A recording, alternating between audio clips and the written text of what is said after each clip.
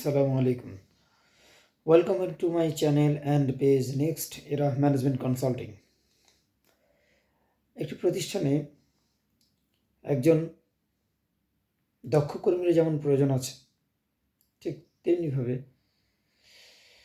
একজন এমন কিছু কর্মী প্রয়োজন যারা হয়তো অতটা দক্ষ নয়, কিন্তু তারা অনেক বেশি মোটিভেটেড, অনেক বেশি উৎসাহী। একজন দক্ষ কর্মী সে যদি ফাঁকিবাজ হয়, আপনি সেই কর্মীকে দিয়ে কখনোই আপনার প্রতিষ্ঠানের উন্নয়ন করতে পারবেন না। ঠিক তেমনিভাবে আবার কর্মীটা অনেক বেশি উৎসাহী কিন্তু অদক্ষ, তাকে দিয়েও আপনি কিন্তু কাজ করতে পারবেন না। তো আমাকে এমন কিছু মানুষ প্রয়োজন যারা উদ্যোগী এবং দক্ষ, ঠিক আছে। আর একটা প্রতিষ্ঠান পরিচালনার জন্য এই উদ্যোগী মানুষদেরকে দক্ষ করে তুলতে হবে আমাদের।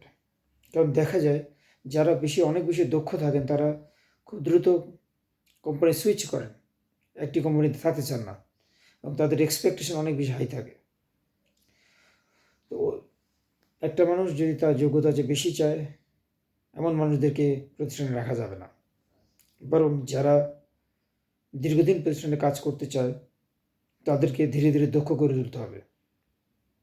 কারণ একটা মানুষের হ্যাবিট আপনি র্যাপিডলি চেঞ্জ করতে পারবেন না, চাইলে তাকে আপনি ট্রেন্ড আপ করতে পারবেন, ঠিক আছে।